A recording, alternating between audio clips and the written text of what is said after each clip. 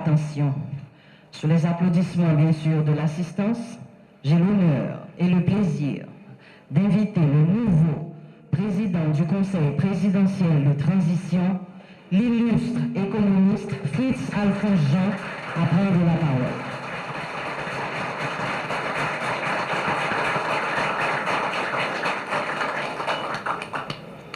Merci, asseyez-vous.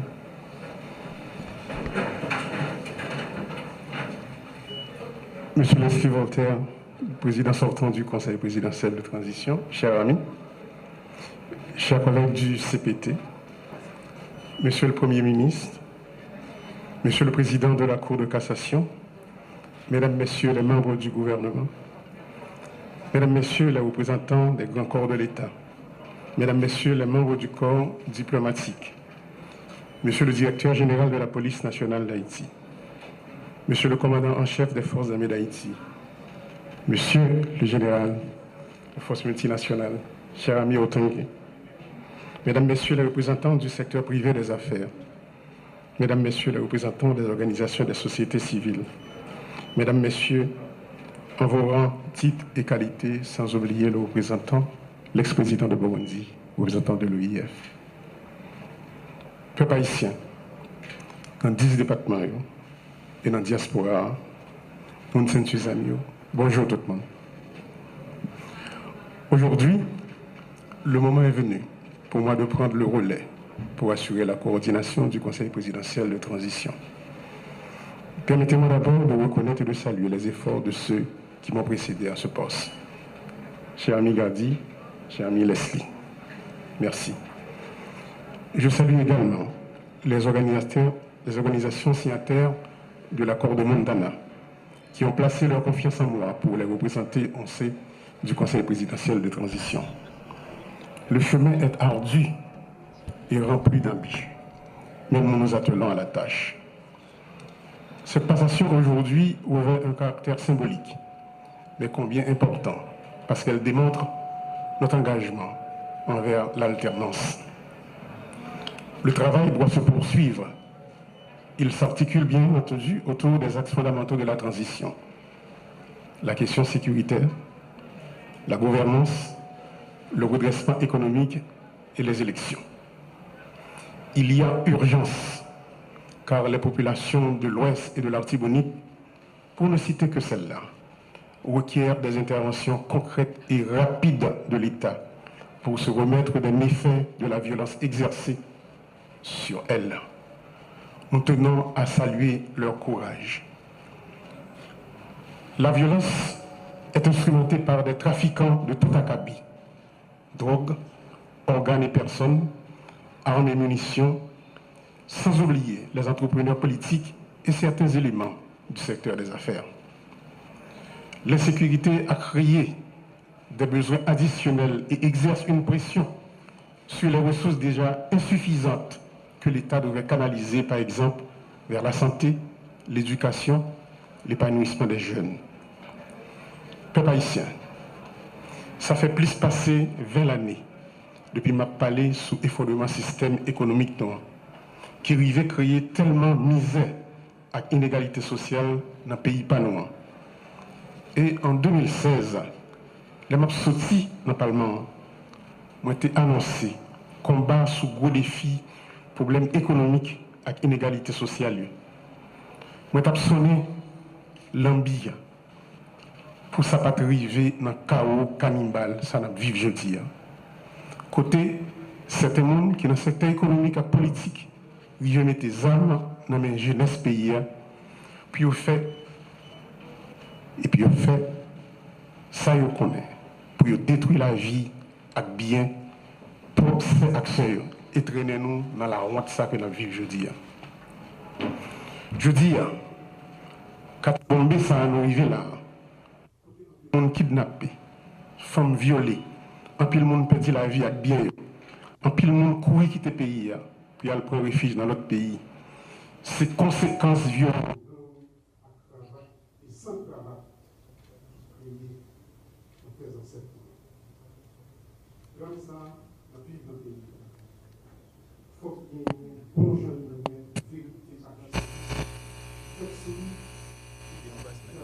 qu'on a dans le pays d'Haïti.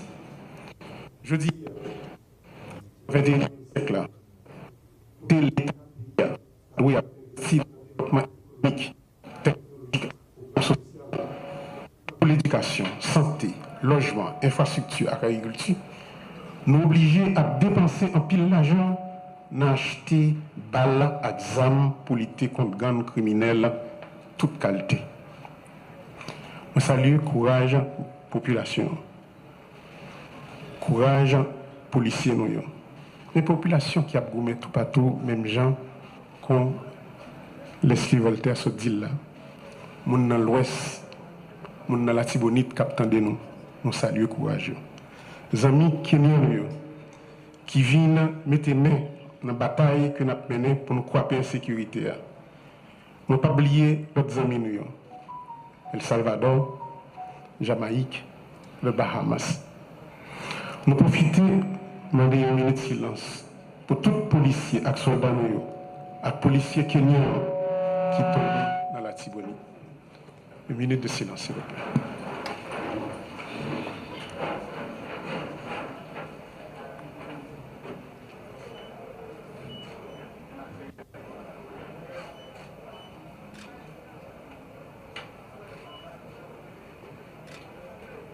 Merci beaucoup.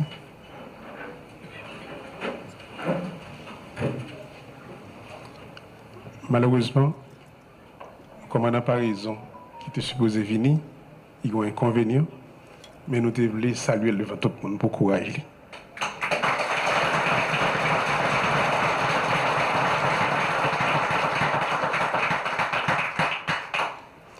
Notre pays est en guerre aujourd'hui. Et nous devons impérativement nous unir pour gagner cette bataille.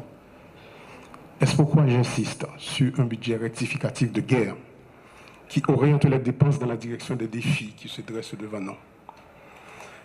La sécurité est notre plus haute priorité et nous devons absolument nous assurer de l'adéquation entre les dépenses, les défis, les actions qu'il faut mener pour les relever afin d'atteindre les résultats concrets. Le Conseil présidentiel de transition et le gouvernement doivent garantir que les projets des ministères s'inscrivent dans cette démarche et concourent à l'atteinte de ces objectifs. Dans le cadre de ce budget rectificatif, il faudra mobiliser les moyens qui permettront à l'État de satisfaire aux besoins de relèvement engendrés par les dégâts causés par l'insécurité sur les plans économiques et sociaux. Le Comité national de sécurité mis en place devra guider et orienter les forces de l'ordre et aura la charge de s'assurer avec elles de la pertinence du plan stratégique de sécurité. Parallèlement, il y a lieu de veiller à l'opérationnalisation, au renforcement et à l'harmonisation des services de renseignement à travers l'activation du décret portant création de l'Agence nationale d'intelligence.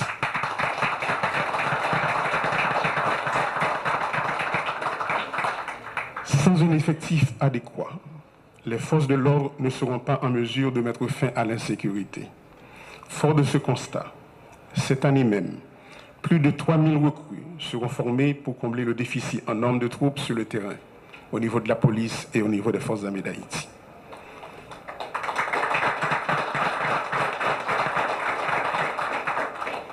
Les forces armées nous ont présenté un budget détaillé sur les actions qu'elles anticipent de mener.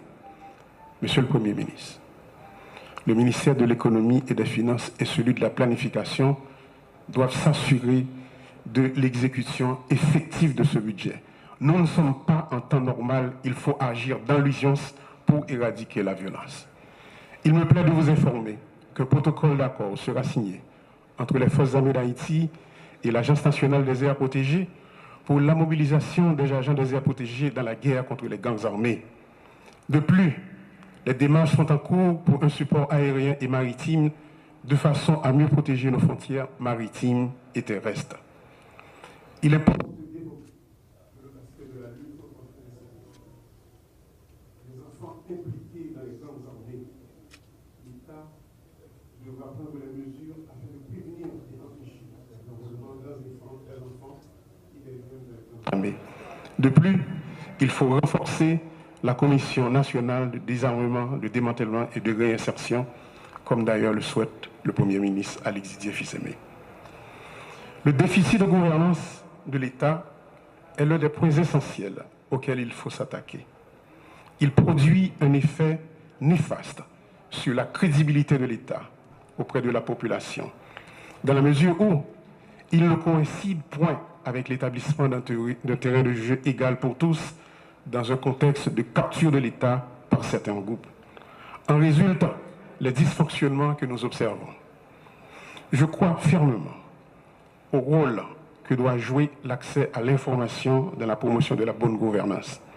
Des mesures concrètes seront initiées pour la mise en place d'un système d'information ouvert au public sur les actions des différentes institutions de l'administration publique.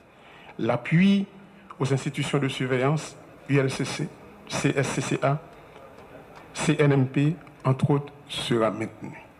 Par ailleurs, n'a pas annoncé à la population que gagner des téléphones, un centre d'appel que Konatel peut le mettre sous pied. Côté que peut gagner un téléphone dédié pour la DGI, un pour l'immigration et un autre pour la douane. Si un client il sentit pour une raison pour l'autre, il y a des abus qui a fait, et il y a des magouilles qui a fait, téléphone ça a servi comme un téléphone d'alerte.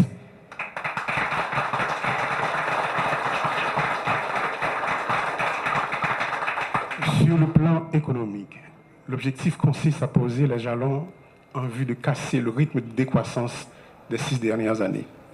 Pour cela, il faut soutenir la production nationale et stimuler tant la consommation que l'investissement en favorisant une approche régionale. La poursuite de pareils objectifs suppose d'abord la mobilisation des ressources domestiques. Celle-ci consiste un gage de notre engagement réel pour la renaissance de notre pays et serviront à amorcer la croissance. Par exemple, à travers des efforts de réhabilitation et de reconstruction. La violence a forcé bon nombre de nos citoyens à abandonner leur logement et à délaisser leurs activités productrices de recettes. Dans ce contexte, sur le plan humanitaire, plusieurs actions urgentes s'imposent. Parmi elles figurent le relogement des personnes déplacées internes, la constitution de structures d'accueil pour les déportés, le support nutritionnel d'urgence aux personnes en situation d'insécurité alimentaire, l'accompagnement social des jeunes, notamment de violences sexuelles. Notre objectif majeur demeure le retour à l'ordre constitutionnel. Aussi, conformément aux accords convenus et aux engagements pris, nous devons prendre des mesures concrètes pour préparer le rendez-vous du 7 février 2026. Sur les élections, par exemple, il faudra continuer à alimenter le fonds dédié à la tenue des élections et au CEP, financer les activités du comité de pilotage de la conférence nationale, œuvrer à la mise en place d'un vaste programme d'identification des Haïtiens. Il reste entendu que la concertation avec la société civile et la diaspora doit également se poursuivre. Et nous ne manquerons pas non plus de faire appel à nos amis de la communauté internationale pour un appui au processus électoral. Je dis, il y a des amis de la diaspora qui sont avec nous. Merci de l'amitié de votre présence, chers amis. Chers concitoyens, ma passion et population que nous sentons douleur, souffrance, désespoir, monde qui perd famille, caille, travail, famille qui subit viol. Nous avons gourmé pour mettre fin dans ça et pour nous accompagner. Je baisser bien bas, nous saluer et honorer résistance héroïque, monde qui empêche le pays à effondrer. Producteurs paysans, Madame Sarah, artisans, chefs d'entreprise honnêtes, fonctionnaires l'État, policiers et militaires honnêtes, organisations sous quartier. Je vais profiter pour inviter tout le monde pour nous entrer dans la bataille contre la sécurité. Il n'y a plus de place pour les divisions. Il faut s'unir pour gagner la lutte contre l'insécurité. Au nom du Conseil présidentiel de transition, je renouvelle mon engagement pour établir la paix. Nous devons redonner l'espoir et jeter les bases d'un avenir de stabilité, d'équité et de prospérité partagée pour tous les fils et toutes les filles d'Haïti. Merci beaucoup.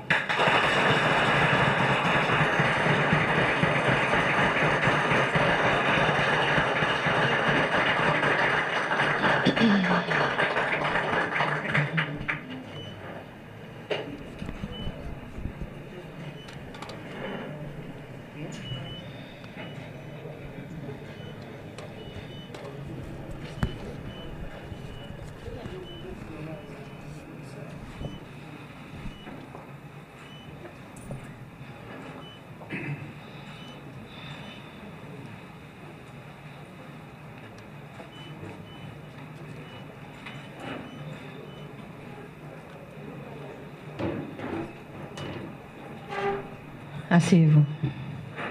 Afin de rendre les honneurs au président qui vient de